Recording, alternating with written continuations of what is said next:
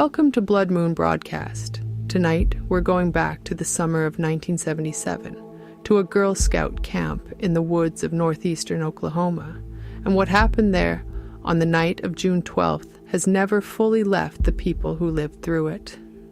3 little girls went to sleep in their tent on the first night of summer camp, and by morning, 2 of them had been beaten to death and 1 had been strangled, and nobody in the entire camp had heard enough to stop it. Before we get into it, if you're new here, welcome. Please hit subscribe or follow wherever you're listening right now. It costs nothing and it makes a real difference for an independent show. If you've been here before, thank you for coming back.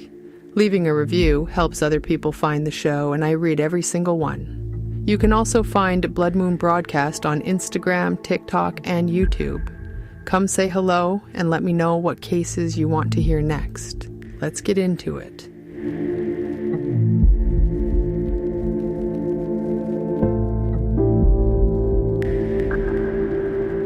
Camp Scott sat on 410 acres of densely wooded land in Mayes County, Oklahoma, just 2 miles outside the small town of Locust Grove and about 50 miles northeast of Tulsa. The Girl Scouts had been operating the camp since 1928, and by the summer of 1977, it was in its 49th year, which meant that generations of girls from across the state had passed through those woods, had slept in its canvas tents, on raised wooden platforms, had learned its trails and made friends around its fire pits, and gone home with memories they carried for the rest of their lives. Families had been sending their daughters there for nearly half a century without incident. On June 12th, 1977, roughly 140 girls arrived at Camp Scott for the first day of a 2-week session. Among them were 3 girls who had been assigned to share a tent together in a section of the camp called the Kiowa Unit, which sat at the far western end of the property and was the most remote part of the entire campground. Their tent was numbered Tent 8, a 12 by 14-foot canvas structure on a wooden platform, and it was positioned about 100 yards from the nearest counselor's tent, with the camp shower block sitting between them in a way that partially blocked the counselor's line of sight. A 4th girl had been assigned to Tent 8 as well, but she wasn't arriving until the following day, which meant that on the night of June 12th, there were only 3 campers in that tent, alone at the far end of the campground with no clear view from any staff quarters. Their names were Lori Lee Farmer, Michelle Heather Goose, and Doris Denise Milner. Lori was 8 years old, the oldest of 5 children in her family. That summer, she had faced a choice between Camp Scott and a YMCA camp, and the decision had been difficult enough that her mother had made it for her. She was smart and mature for her age, and she had spent the bus ride to camp already making friends. Michelle was 9, and this was her 2nd summer at Camp Scott, so she already knew the place. She knew the trails and the layout and what the nights sounded like out there in the woods, and before she left home, she had reminded her mother to water her African violets while she was gone. Denise was 10 years old and had come very close to not making the trip at all, because 2 of her friends had canceled at the last minute, and she had considered backing out herself. But her mother encouraged her to go, told her she would find her people once she got there. She had been quiet on the bus, tearfully waving goodbye to her parents from the window, but by the time evening came, she had settled in with her tent mates, and the 3 of them had fallen into the easy rhythm that children find quickly when they are sharing a small space in a new adventure together. That afternoon, the girls participated in camp activities, ate dinner with the other campers, and then went back to their tent as a thunderstorm began moving in across the area. They spent time writing letters home to their families before going to sleep, and Lori's letter mentioned that she had made 2 new friends and that their names were Michelle and Denise. By around 10 o'clock that night, the counselor assigned to the Kiowa unit had completed her rounds, checked on all the tents, and satisfied herself that everyone was settled in for the night. The storm was still moving through, rain coming down steadily and thunder rolling across the sky, and the camp went quiet, in the way that camps go quiet when the weather gives everyone a reason to stay inside and still. At around 1:30 in the morning, Counselor Carla Wilhite was walking some girls back from the bathroom to their tents when she heard a strange sound coming from behind the tents. She stopped and listened for a moment, but couldn't place it, and the rain was still coming down, and she continued on.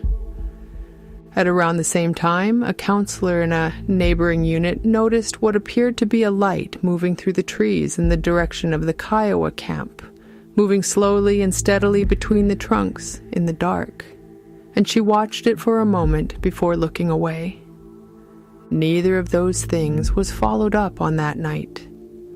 At 6 o'clock the following morning, Carla Wilhite woke up and walked toward the shower block to take a shower, moving along the trail that ran past the back of the Kiowa tents. And as she came around toward the area where she had heard that strange sound a few hours earlier, she saw something lying in the grass beneath a tree that stopped her where she stood. There were sleeping bags on the ground, 3 of them scattered along the trail about 150 yards from Tent 8 in the direction of the showers, lying in the wet grass in the early morning light in a way that made no sense, arranged as though someone had simply set them down there and walked away. Wilhite moved toward the first one, and when she got close enough to see what was inside it, she turned and ran back to the camp for help. The camp director and the camp nurse came back with her, and the sleeping bags were opened one by one. Inside them were the bodies of Lori Farmer, Michelle Hughes, and Denise Milner. Lori and Michelle had been bludgeoned to death. Denise, though her face had been struck as well, had died from strangulation. All 3 girls had been sexually assaulted. Denise's hands had been bound behind her back with duct tape, and a gag had been forced into her mouth. A gag that the investigators who arrived later that morning would note appeared to have been constructed in advance, sewn together before the person who brought it had ever set foot in that camp. Rope and duct tape and a pre-made gag, all of it carried in from outside, which told investigators that whoever had come into those woods that night had not arrived by accident or in a moment of impulse. They had come prepared. They had known exactly what they were going to do. When investigators processed Tent 8, the interior told them the rest of what had happened. Blood had spattered across the canvas walls and soaked into the wooden platform floor, and a single boot print, size 9.5, had been pressed into the blood near the entrance. The rear screen of the tent had been sliced open with a sharp instrument so that entry could be made without disturbing the front flap. Lori and Michelle had been attacked inside the tent while they slept, the absence of defensive wounds on either girl indicating they had likely never had a chance to fully wake before the attack was over. Denise had been bound and gagged and walked out of the tent alive, taken down the trail to where the bodies were ultimately found, and killed there separately, and then her body had been moved back and placed alongside the others. Sitting on top of the sleeping bags left there in plain sight was a large red flashlight. A fingerprint was lifted from the lens of it. It has never been identified. By 10 o'clock that morning, the decision was made to evacuate the camp. The remaining girls were loaded onto charter buses and told there was a problem with the water supply. By nightfall, the story had moved across the state and then the country, and the name Camp Scott became something that people in Oklahoma would carry with them for the rest of their lives. Now there was something the investigators learned in those early days that made all of this even harder to process, because it turned out that what happened on the night of June 12th had not arrived entirely without warning. 2 months earlier, in April of 1977, Camp Scott had hosted a training weekend for its counselors. During that weekend, one of the counselors returned to her cabin after a training session to find that someone had been inside while she and the others were away. Her belongings had been scattered across the tent and thrown outside onto the ground, and a box of donuts she had brought from home had been emptied. Inside the box, among the crumbs, was a note written on pages from a small steno pad. The first 3 pages each had a single word on them, written over and over again. Kill, kill, kill. On the following page, written in capital letters, we are on a mission to kill 3 girls in Tent 1. The counselor who found the note brought it to the camp's leadership. The decision was made that it was almost certainly a prank, the work of some bored teenager trying to get a rise out of people, and the note was not turned over to police. No investigation was opened. The camp made its plans for the summer. 140 girls arrived on June 12th, and Lori Farmer and Michelle Hughes and Denise Milner were assigned to Tent 8 in the Kiowa unit, the most isolated spot on the entire property, with a shower block between them and the nearest counselor, and no clear sightlines from any staff quarters. A 4th camper, who should have been with them, had not yet arrived, and nobody who was responsible for those girls' safety that night understood any of that to be relevant until morning. The investigation that followed was enormous. The Oklahoma State Bureau of Investigation came in, the FBI sent agents, and the surrounding woods and trails were searched for days. About 2 miles from the camp, investigators found a cave, and inside it were items that appeared to have been taken from Camp Scott, including a pair of women's eyeglasses, a roll of duct tape that matched the tape used to bind Denise Milner's wrists, and photographs of women that could be connected to a man who had previously worked in the photo lab at the Oklahoma State Penitentiary.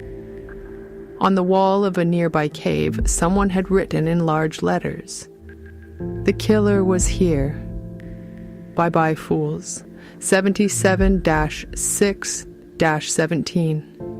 The man the physical evidence pointed toward was named Gene Leroy Hart. Hart was 33 years old at the time of the murders. He had been born and raised in Mays County and had grown up about a mile from Camp Scott.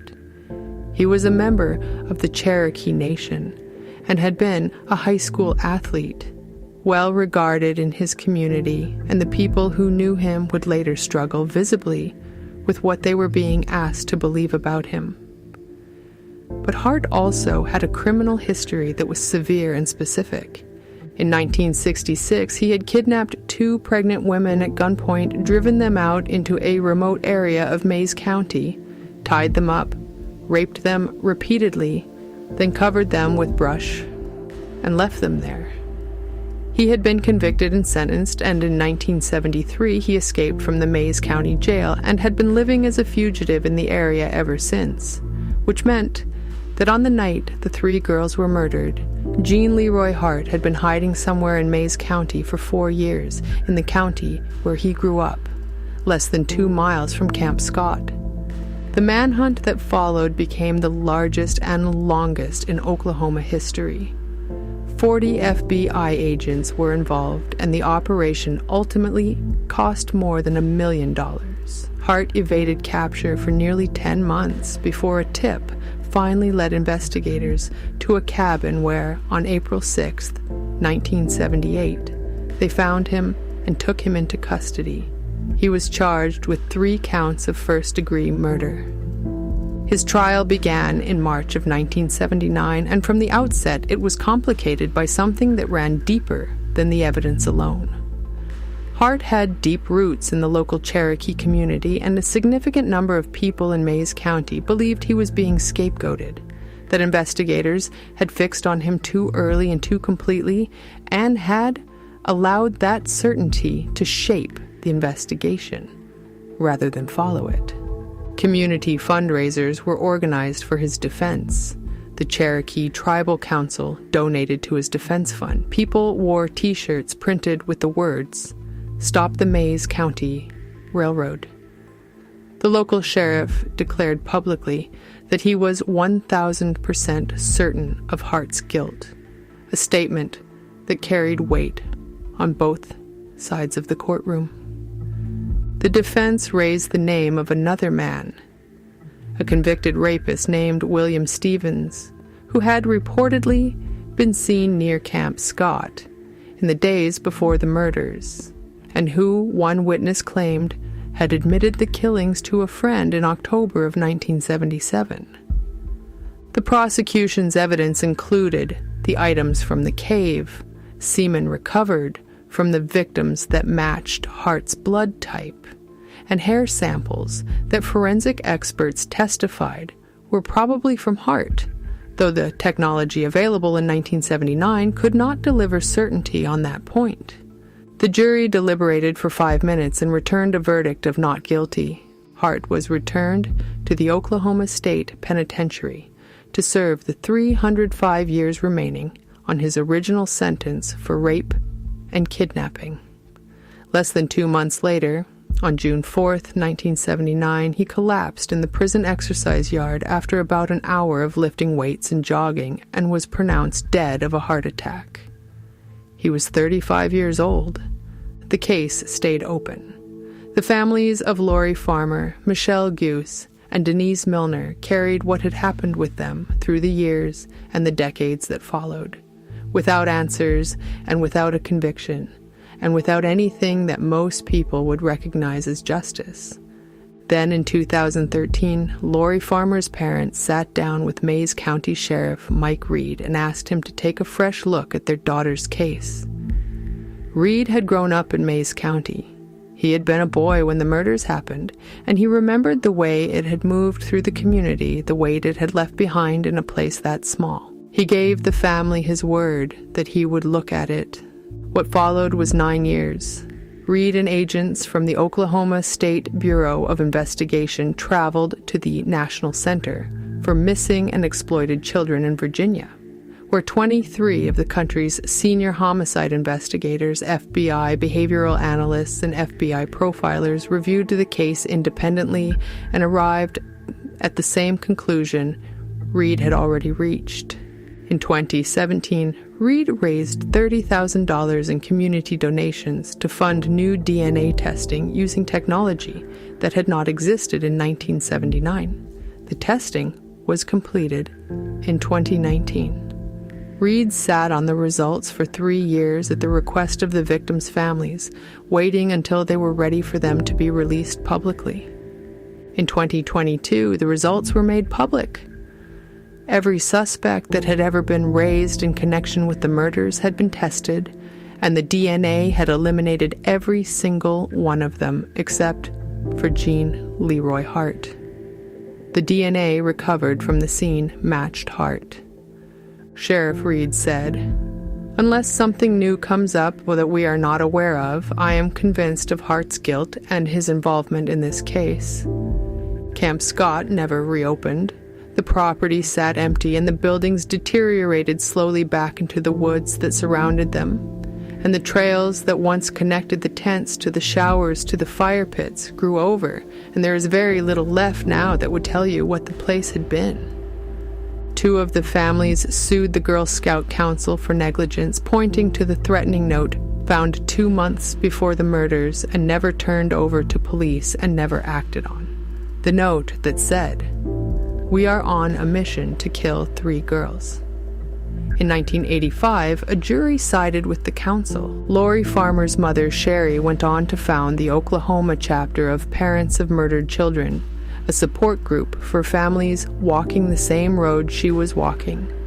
Michelle Goose's father, Richard, helped pass the Oklahoma Crime Victims Bill of Rights and helped establish the Oklahoma Crime Victims Compensation Board.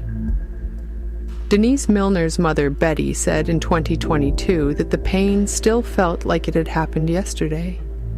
Lori was 8 years old. She had written a letter home on the last night of her life, telling her family she had made 2 new friends. Michelle was 9. She had asked her mother to water her plants while she was away. Denise was 10. She had almost not come at all. Thank you for being here tonight. These 3 girls deserved so much more than what happened to them in those woods, and their families have carried this for nearly 50 years with a grace and a strength that is genuinely hard to comprehend. The least we can do is say their names and remember them. Lori Farmer, Michelle Hughes, Denise Milner. If tonight was your first time here, please hit subscribe or follow wherever you're listening. It costs nothing and it means everything for an independent show. Leaving a review helps other people find us, and I read every single one. Come find Blood Moon Broadcast on Instagram, TikTok, and YouTube. Say hello and let me know what you want to hear next. Until next time, take care of yourselves out there.